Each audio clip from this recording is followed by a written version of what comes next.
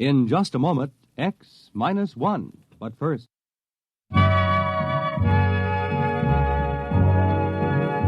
You are listening to the distinctive style of Claude Thornhill, one of today's top musicians and band leaders. It's popular music with all the beauty of a classical symphony. And there are more fine arrangements by Claude Thornhill all this week when he makes his appearance on NBC Bandstand.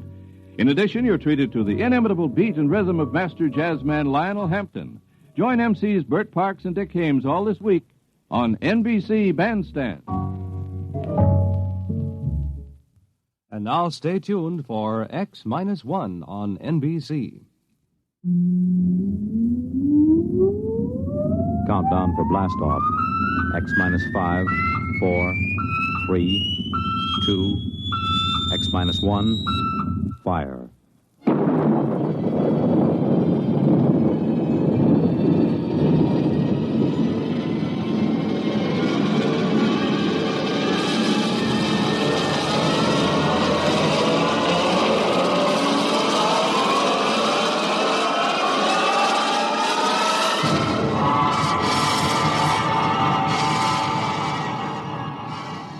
From the far horizons of the unknown come transcribed tales of new dimensions in time and space.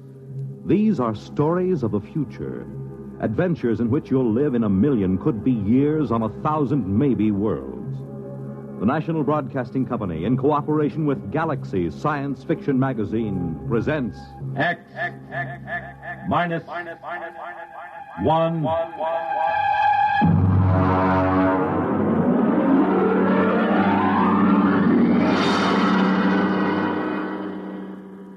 Tonight's story, The Snowball Effect, by Catherine McLean.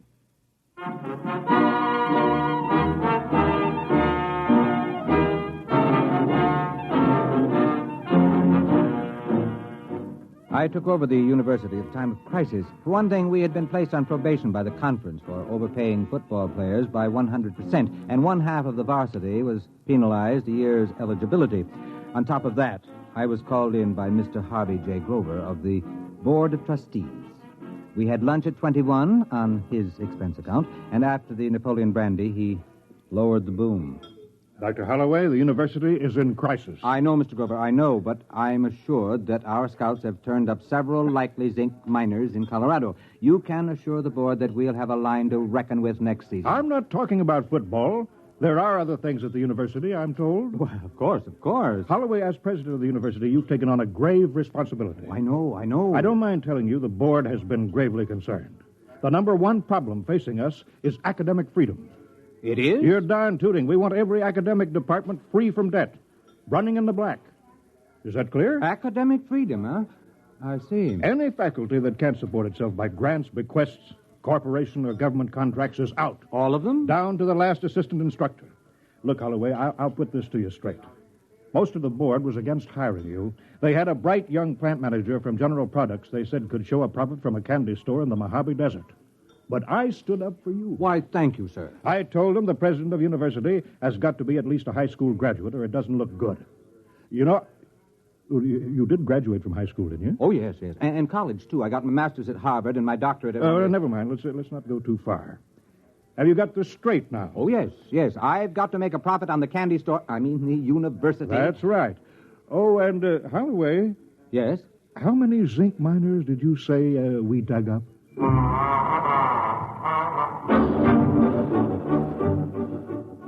I started in with anthropology, astronomy, astrophysics, agriculture. Almost all the departments could show a nice, healthy contract from the Department of Defense for research, or from some corporation. Even the classical wing came out okay. They were being subsidized by a pride of Texas millionaires who thought it was cute to have original Greek and Latin tombstones set in concrete on their patios. One fellow from Galveston gave a classical barbecue featuring a swimming pool with pornographic marbles from Pompeii set around the scum gutter. I ran into my first problem when I got to sociology. Now, look, Dr. Caswell, I'll be frank with you. I'm paid to make sure this institution doesn't come out on the short end of the stick. Well, that's a quaint expression. I got it from Mr. Grover of the Board of Trustees, so you can see this is no time for kidding ourselves. Can sociology pull its own weight? What is it? Sociology is the study of social institutions. Now look, Caswell, to the Board of Trustees, sociology sounds like socialism, and nothing can sound worse than that. Come on now. What are you doing that's worth anything? My dear sir. And don't wrinkle your nostrils at me, Caswell. If you've allergies, take an antihistamine. If not, just answer my question. This department's analysis of institutional accretion by the use of open system mathematics has been recognized as an outstanding and valuable contribution to... Valuable in what way? Well, since the Depression, Washington has been using sociological studies of employment, labor, and standards of living as a basis for its general policies Please, Professor, stick to brass tacks and leave Washington out of this. What specifically has the work of this specific department done that would make it as worthy to receive money as, say, a heart research fund? Fundamental research doesn't show immediate effects, Dr. Holloway, but the value is recognized. Caswell, all the other departments have managed to squeak by. You're the last one. Unless you can toe the mark, there'll be 14 sociologists testing the institutional efficiency of unemployment insurance as an instrument of economic policy.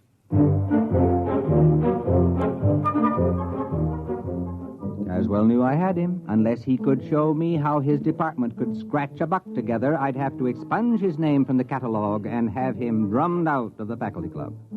I'll hand it to him, though. He glared from behind his pince-nez, and sliding into his lecture manner, he started his calm. Institutions, organizations, that is, have certain tendencies built into the way they happen to have been organized, which cause them to expand or contract without reference to the needs they were founded to serve. I have developed a form of socio-mathematics to plot these factors, and by comparing formulae...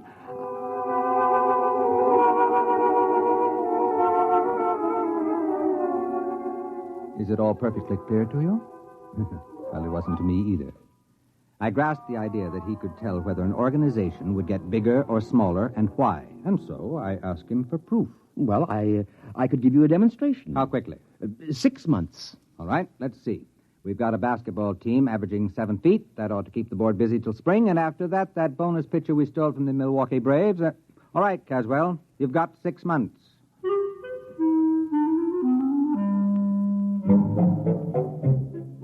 I forgot about Caswell and sociology department for a couple of days while I went back to convincing semi-literate millionaires that they might as well leave a couple of millions to the university rather than have the federal snap it up in inheritance taxes. I was on to a real beaut. A button manufacturer with a bad heart who could go any minute, who wanted to endow a scholarship for needy and intellectually gifted lacrosse players. When Caswell came back to see me, we had lunch at the student cafeteria on my expense account. And he explained. Ever hear of feedback effects? Is it something to do with reducing overweight co-eds? No, it's a mathematical term. You might call it the snowball effect. You mean like rolling a snowball downhill? That's right. It grows. Now, here's the mathematical symbol. That spiral? That's the formula for the general growth process. Do you understand the equation? Why, no. It accounts for all sorts of institutional growth. The Roman Empire, Alexander, the Masons, the spread of tobacco, anything. You see, when the snowball becomes too heavy for the cohesion strength of snow, it breaks apart. Now, we've decided to run the test on an organization and make it grow according to the formula. I see. You're going to use some club or lodge or something as a guinea pig. If you could follow the equation, you'd see I've built a pattern of a cogent reason for the ins to drag in new members from the outs, and an urgent factor to prevent anyone from resigning. That's this Greek symbol here. Kappa for compulsion.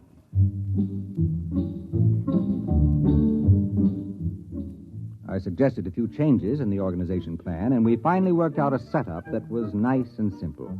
We put our heads closer together and tried to pick the best place for a demonstration. It should be small enough to observe, and yet large enough to be statistically significant. How about Passaic, New Jersey? My sister lives there. Oh, let's make it Watershaw. I have some student sociological surveys of it already. We can pick a suitable group from that. We've got to make this an ironclad demonstration. We'll have to pick some little 2-foot nothing club that nobody would ever expect to grow. Some miserable, pathetic little organization.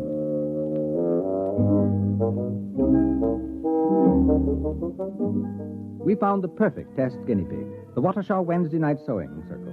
Caswell and I drove over next Thursday night to a meeting. They always met Thursday night, except every once in a while when the chairlady forgot to have her hair set, in which case they met Friday. Girls! Ladies! business to conduct, girls. Helen, please. Well...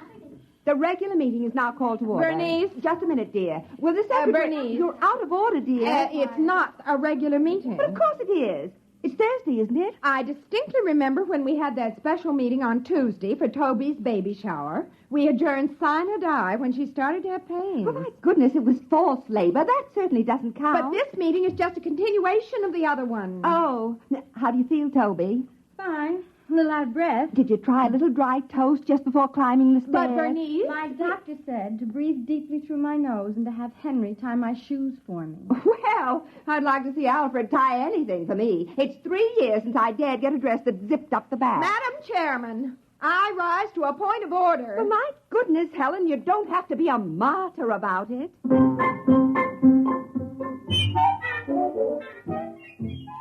That's the way the meeting of the Watershaw Sewing Circle went on.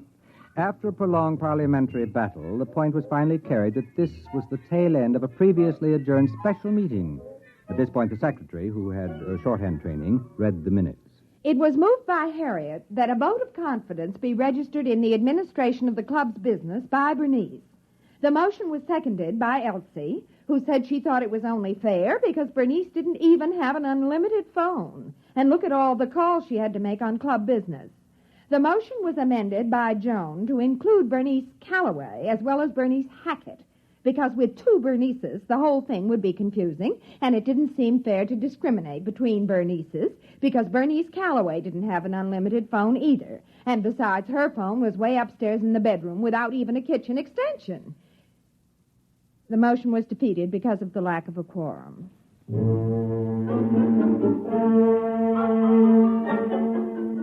Finally, the new business of the meeting was reached, and Bernice, introduced Professor Caswell and myself as observing professors doing a survey of charitable institutions.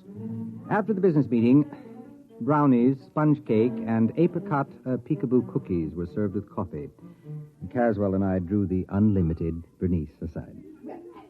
You see, Mrs. Hackett, I've been making a few notes on a slightly modified constitution and bylaws for your organization. You have? You see, it all depends on having a competent and capable lady in charge. Oh, yes. Yes, Frankly, I see. Frankly, this plan would be dangerous unless there was a woman of great character elected to the post of chair lady. Well, of course. You see, there are several ways of, influencing an election. That's why it's important that only the right people fully understand this. Oh, you're right. Absolutely. Why, the organization was just floundering before the last election. Now, can I see those plans, Professor? They sound like they're just what we need. Naturally, she was hooked. As Caswell buttered her up, her eyes began to gleam, and she studied the simple little bylaws and constitution the professor had drawn up, nodding happily as the classic beauty of the scheme struck home. The meeting broke up when, after 4 brownies and a wedge of butterscotch cashew angel food surprise, Toby started to have real labor pains. We found out later it was a 9.5-pound boy. Caswell and I left the meeting and stopped for a pizza and beer to get the taste of the apricot peekaboo cookies out of our mouths. Well, there you are, Dr. Holloway. They adopted our bylaws with only 1 dissenting vote. I don't like that secretary. She's a spoiler, always suspicious. My first wife was like that. Don't worry, she hasn't got a chance. That Bernice woman has clear sailing under my equations. It's rigged to favor an aggressive extrovert over the paranoidal personality. You're sure it'll work now? I'd stake my academic reputation on it. You have? Don't worry, Dr. Holloway. We've given that sewing circle more growth drives than the Roman Empire.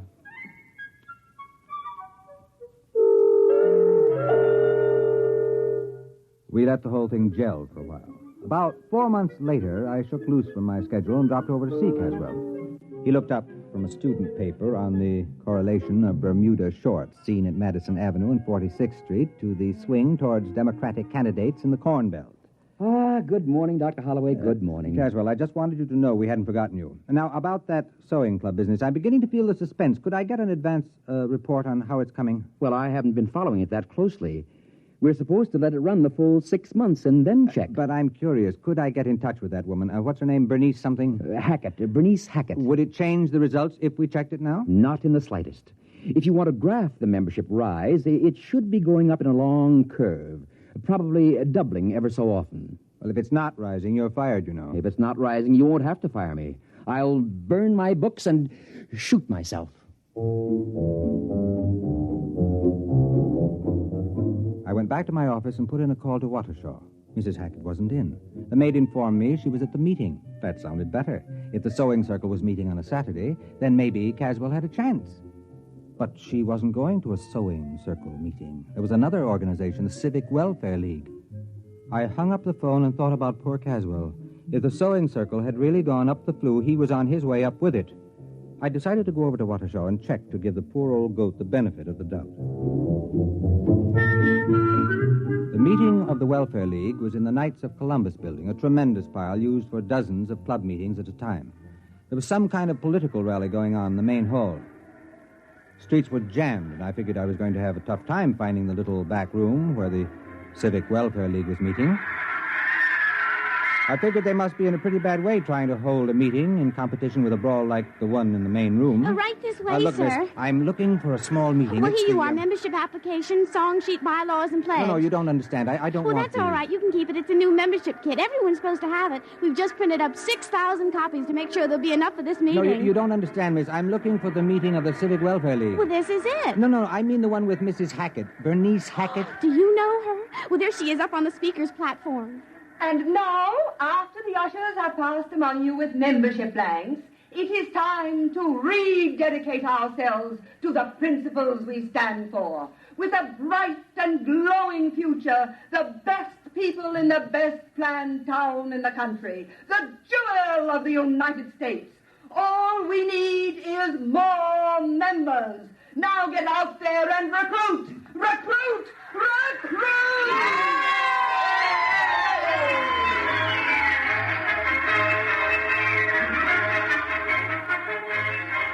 I cornered Bernice Hackett at the speaker's table. She had a clear, sparkling look to her eye, and she was dressed in a trim gray suit with a towering feather on a small hat. A clutch of pretty junior ushers, all with goose pimples showing above strapless formals, clustered about her. I managed to get to see her in the back room while the mayor was addressing the meeting. Hello there. It's a pleasure to see you. What happened to the sewing circle? Oh, it's just a little change, that's all. Helen, dear. Yes, B.H. Send those wires out to the senator in Washington. You can tell him we want his support on the slum clearance or else. Check. Now, let's see, where were we? Oh, yes. We started growing by amalgamating with other small charity groups. Worked much more efficiently that way. Bernice, we're running out of membership blanks. Call the printer. He's got instructions to keep the type standing. Check. Naturally, we had to change our name each time, but we've still got the same constitution and bylaws, the ones you professors worked out for us. Then you've been growing. Oh, dear, yes. Bernice, what do we do about the town board of aldermen? I explained to them they can't get in at a group rate. Each one will have to join separately. Check. Oh, yes, Professor. We're growing and growing and growing.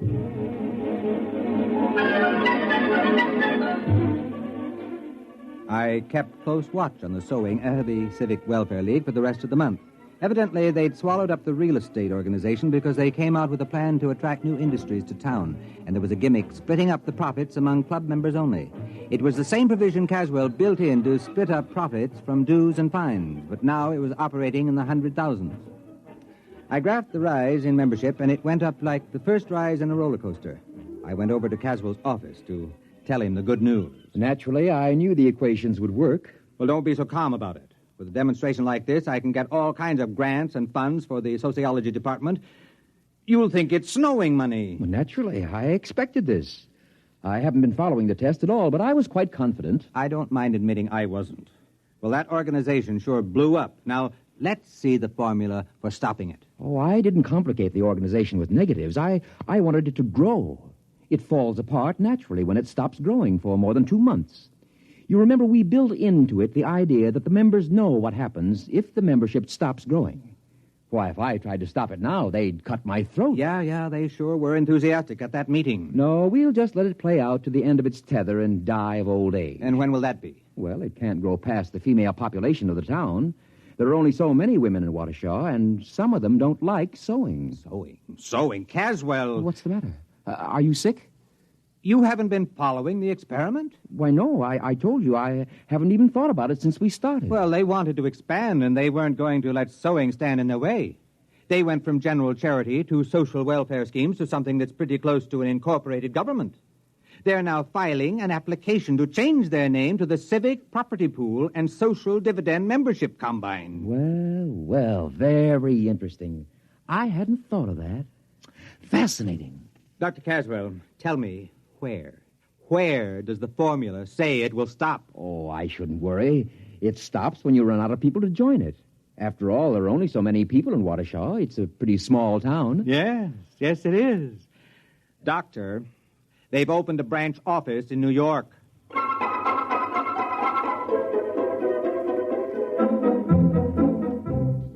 Caswell got out his slide rule then, and we went over the charts I had been keeping. He ran the results through the physics department's new analog computer to check the results.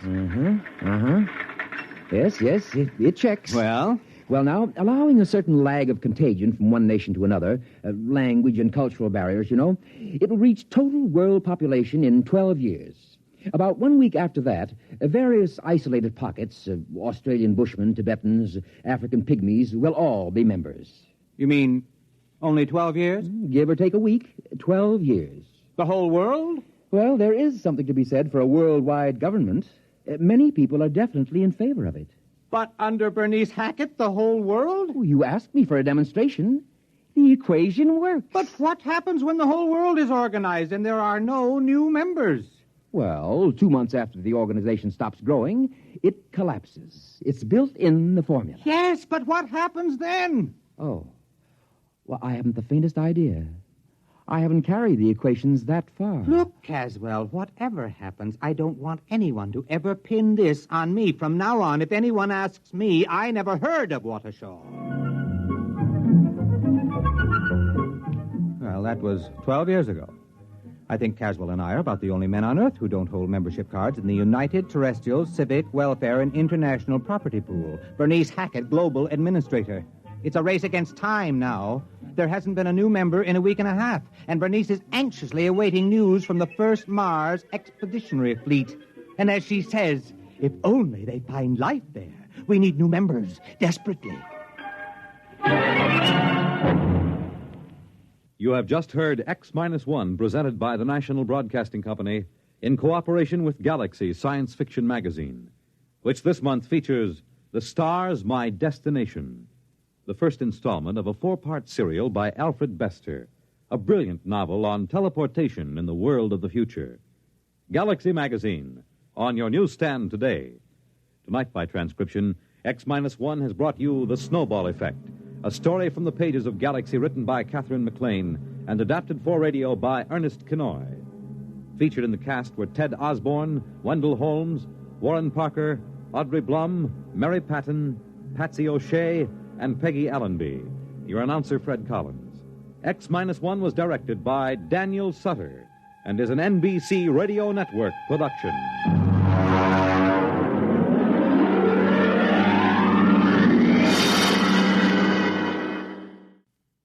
Thousands of hearts are being saved today, and many persons with heart disease are learning how to live happier and more useful lives. The fact is, most heart patients can keep on working often at the same job.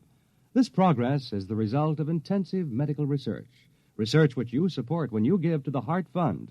Send a contribution now to your local Heart Association or to Heart, care of your post office. When you help your Heart Fund, you help your heart. Only NBC Radio brings you the whole convention story. Listen tonight.